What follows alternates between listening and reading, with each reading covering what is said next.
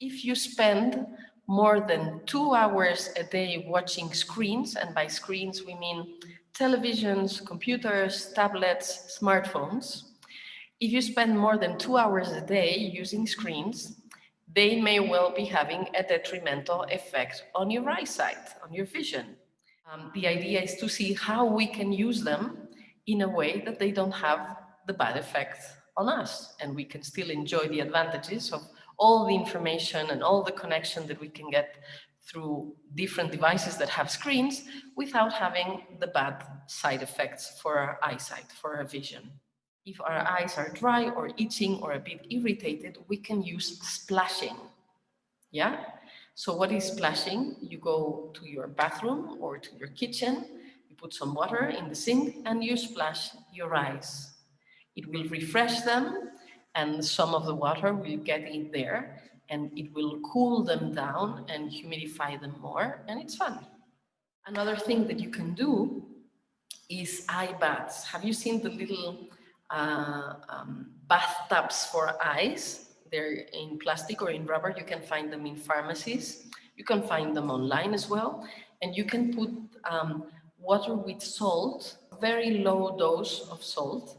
You can also do it without salt. And you do little baths for your eyes with those little. You can also use the goggles that you go use for the swimming pool, and then you don't have to buy something special, or the snorkeling glasses that you have to go to the sea. You put a little bit of water there, and you can make this little bath for your eyes. Another option is use compresses. So you put a little towel in cold water, cool water. You remove the excess of water before you put that on your face. You lay, you close your eyes, and you put the wet towel, the wet compress with cool water on your forehead and closed eyelids. And that will have also a refreshing and relaxing effect on your eyes. Yeah, after the use of computer. And this you've also heard more than once, but it's very good in the context of screens. You can use slices of raw potatoes. Yeah, you cut the potato, the raw potato, a couple of slices, and you put the slices of raw potatoes on your closed eyelids, and you can lay down and rest for a little bit. So that also will be very relaxing and good for your eyes. Usually, I have my computer in front of an open window. So as I'm working or doing whatever, very easily I look beyond the computer, the screen, and I can look very far away. And that immediately relaxes the eyes.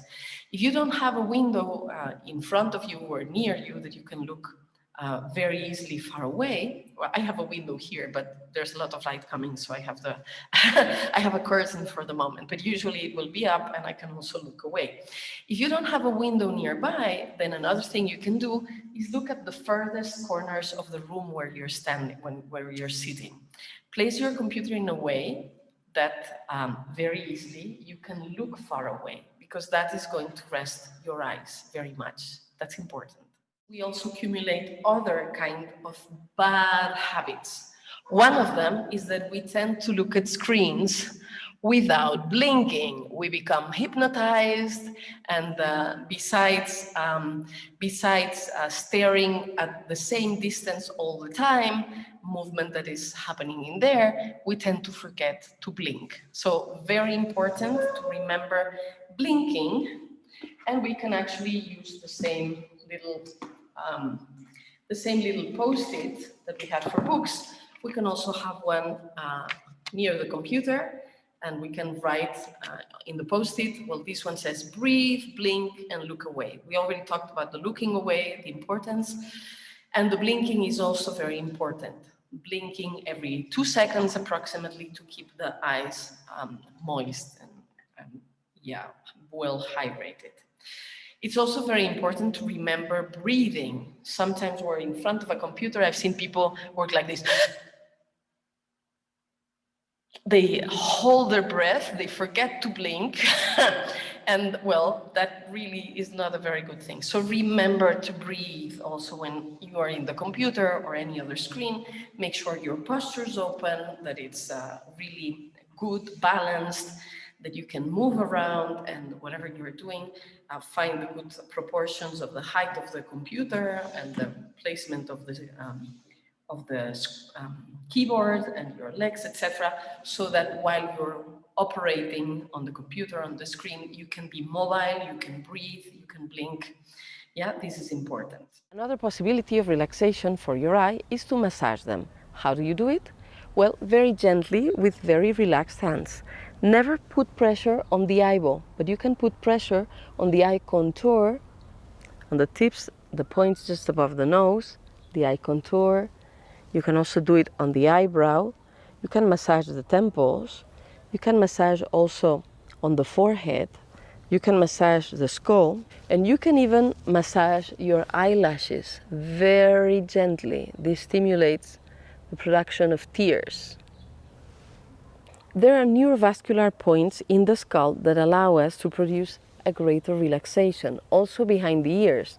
You can also massage your neck and your shoulders, and you can also tap. This also has a very relaxing effect. The more relaxed the scalp, the necks, and the shoulders are, the easier it is for the eye muscles to be relaxed. The eye muscles are connected to the posterior muscle chains through the fascia. So going for a good massage from time to time is also a very good idea for eye relaxation and better vision. Now, blue light has been demonized in recent years, and it has been demonized because we changed from incandescent and halogenous lights into LED lights.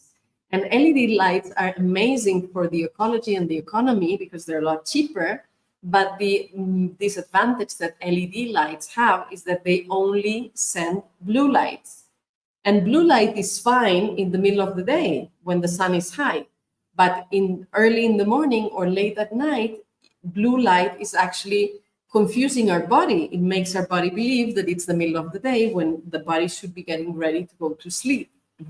And so it inhibits the production of melatonin, and we don't sleep. And then that has other problems for health. And also, eyes are not made for receiving light directly from a source of light, but from seeing light bouncing on objects. So all these screens that we have nowadays that are made with LEDs, they're sending a lot of blue light to our eyes, and that's not ideal. Now, we already said that blue blockers, the glasses that are blue blockers are not very effective, but there's other things that you can do for your computer for avoiding having so much blue light going to your system. And one of them is install a free software called f.lux, and maybe the team can send the link where people can download it. And f.lux is a free software that you can install in your computer, your tablet, your phone, regardless if you're using PC or Mac, and it will change the color of the screen during the day. So that in the middle of the day, you'll have the blue, but in the morning and in the evening, it will be more reddish, more orangish, as the natural sunlight would be. And if you still want to put something to block the blue light from the screens, put a physical filter on the screen, not on your eyes. Because every time you're putting glasses in front of your eyes, you're losing awareness of the periphery, you're inhibiting the blinking, you're making your gaze fixed, looking to the center of the lens, and many other inconveniences. And you're filtering light, the natural light that actually your eyes need.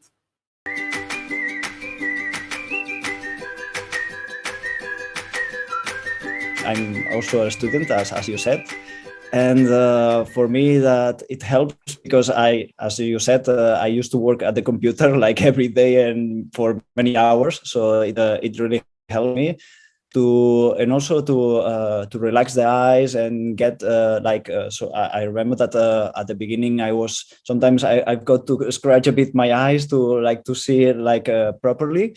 And doing these exercises about relaxing this, the sunlight and all of this, so I could start feeling this improvement. So that's why also I feel really enthusiastic about that.